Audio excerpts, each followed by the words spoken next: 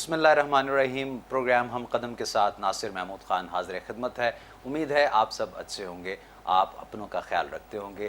Programme ہم قدم ہم آپ کے لیے لے کے حاضر ہوتے ہیں، جس میں نہ صرف خطے کی صورتحال کا تذکرہ رہتا ہے، کچھ بین الاقوامی امور پر بھی ہم نظر ڈالتے ہیں اور ان معاملات کو سمجھنے کی کوشش کرتے ہیں جن کا کہ بالواسطہ یا بلا واسطہ اثر اس خطے پہ پڑتا ہے۔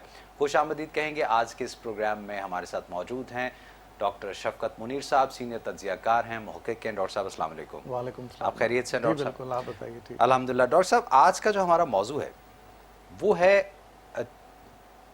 چین اس خطے کی ایک بڑی طاقت ہے، بلکہ دنیا کی اب دیکھا جائے تو ایک بڑی طاقت ہے۔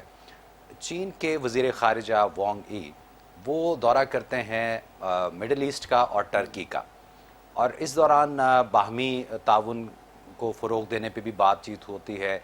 ایک بہت اہم ان کا دورہ اور پھر اس کے ساتھ ساتھ ایک جو معاہدہ ہوتا ہے ایران کے ساتھ، یہ ہمارے آج کے پروگرام کا موضوع ہے۔ صورتحال مڈل ایسٹ کی بڑی تیزی سے ہمیں تبدیل ہوتی ہوئی نظر آ رہی ہے کہ وہاں پہ کچھ جگہوں پہ جہاں پہ کہ خلفشار اور شورش چل رہی تھی وہ بھی کچھ تبدیل ہو رہا ہے۔ پھر اسرائیل کے مڈل ایسٹ کے ساتھ اور مسلم کنٹریز کے ساتھ جو معاملات چل رہے ہیں، ایک پورا ایک سینیریو چینج ہوتا نظر آ رہا ہے۔ امریکہ میں انتظامیہ بھی تبدیل ہو گئی۔ اس تناظر میں امریکی صدارتی جو ایڈمنسٹریشن چینج ہوئی ہے اس کے تناظر میں کیا سمجھتے ہیں آپ کہ چینی وزیر خارجہ کا یہ دورہ جو ہے، اسے کہا یہی جا رہا ہے کہ یہ اس تناظر میں بڑا ایک اہم ہے اور خطے میں شاید چین اپنی انفلوئنس کو زیادہ بڑھانے کے لیے آ رہا ہے؟ کیا ہے صورتحال، کیسے دیکھتے ہیں آپ اس بنیادی طور پہ اس دورے کو اگر دیکھا جائے تو اس کے ہمیں تھوڑا سا پس منظر کو جاننا ہوگا۔ صرف یہ نہیں، اس دورے کو تو ہم فوری طور پہ ہم یہ کہہ سکتے ہیں کہ بہت اہم ہے۔ دورہ اہم ہے، بہت اہم ہے دورہ، اور اس کی اہمیت کیوں ہے، اس کا ایک پورا پس منظر ہے۔ اب آپ یہ دیکھیں کہ مڈل ایسٹ خاص طور پہ جن ملکوں کا چینی وزیر خارجہ نے دورہ کیا، جس میں سعودی عرب ہے، عمان ہے، متحدہ عرب امارات ہے، اور اسی طرح ایران بھی گئے اور ٹرکی کا بھی آپ نے ذکر کیا، تو یہ وہ جو خطہ ہے اس کی اگر آپ صورتحال کو دیکھیں اوور دا ایئرز تو اس میں ہمیں نظر آتا تھا ایک بڑا واضح امریکن انفلوئنس رہا ہے۔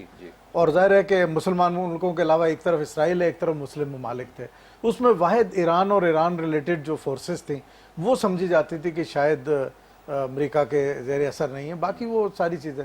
لیکن اب کئی دہائیوں پہ مشتمل جو یہ سلسلہ چلتا رہا، اور سب سے پہلے یہ ہوا کہ چین کے تعلقات ان ممالک سے اقتصادی اور تجارتی طور پہ بہت اچھے رہے اور اچھے سے اور اچھے ہوتے گئے۔ اب صورتحال یہ کہ اس دورے کو اہم اس لیے کہہ رہے ہیں کہ یہ تجارتی اور اقتصادی سے ذرا آگے کی بات ہے، یعنی پہلی دفعہ چین نے مڈل ایسٹ میں باقاعدہ طور پہ پولیٹیکل فٹ پرنٹ کی بات کی ہے، اور یہ کہا کہ ہم ایک پورا جو ایک سیاسی ایک سوچ ہے، نظریہ ہے، اس کو انہوں نے پروموٹ کیا۔ جہاں انہوں نے امریکن انفلوئنس کو رد کیا، وہیں انہوں نے اس کے متبادل اپنی ثالثی کی کوششوں کو بھی آفر کیا۔ ٹھیک ہے۔ مثلا آپ یہ دیکھیں کہ ہم یہ دیکھتے ہیں کہ ابھی آپ نے سوئس کا جو زون ہے اس کا بڑا کرائسس ہم دیکھتے رہے ہیں، اگرچہ وہ وہاں قاہرہ نہیں گئے، لیکن وہاں قاہرہ یعنی مصر اور چین کے درمیان ایک بہت بڑا یہ اقتصادی اور تجارتی زون ہے جو پورے دنیا کی تجارت کا ایک منبع ہے۔ تو یہ اوور دا ایئر تجارتی اور اقتصادی تعلقات اب ٹرانسفارم ہوئے ہیں انٹو پولیٹیکل سچویشن۔ چین کا آپ نے دیکھا کہ پہلے کبھی بھی پولیٹیکل معاملات کو اس طرح نہیں دیکھا، لیکن ابھی بھی وہ پولیٹیکل معاملات کو انہوں نے بائفرکیٹ کر کے بتایا کہ پولیٹیکل معاملات میں ہم اس طرح نہیں آ رہے کہ ہم دوسروں کے معاملے میں مداخلت کریں گے، وہ ہماری پالیسی عدم مداخلت کی ویسے رہے گی، صرف ہم اس لیے آ رہے ہیں کہ ون ون کی سچویشن کو کریٹ کریں۔ یعنی اگر اس خطے میں امن ہوتا ہے اس کے ڈیویڈنڈ تمام لوگوں تک جائیں، یعنی تمام خطے جیت کی بات ہو رہی ہے، باہمی جیت کی بات ہو رہی ہے۔ تو اس کو جو پولیٹیکل اینگل سے ہم بات کریں، مثلا انہوں نے پولیٹیکلی کیا کیا چیزیں وہاں پہ کی۔ پہلے تو انہوں نے یہ کہا کہ ہم جو اس خطے میں سب سے بڑا تنازع اسرائیل اور پیلسٹائن کا ہے، جس کی وجہ سے ظاہر مسلم ممالک ایک پوزیشن لیتے ہیں، اور اس پوزیشن کا انہوں نے کہا جی کہ چونکہ وہ ویسے چین کی اپنی اسٹیٹڈ پالیسی بھی یہی ہے کہ وہ جتنی بھی حق خود ارادی کی تحریکیں ہیں ان کی وہ حمایت کرتے ہیں، اور دو ریاستی نظام کی بات کرتے ہیں کہ وہاں پہ پیلسٹائنینز بھی ایک اینٹی ہیں اور اسرائیلی بھی۔ تو یہ اس اینگل سے بات کرنے کے لیے انہوں نے کہا جی کہ ہم اس کو مذاکرات بھی کروا سکتے ہیں، فلسطینیوں اور اسرائیلیوں کے درمیان براہ راست بات چیت کرا سکتے ہیں۔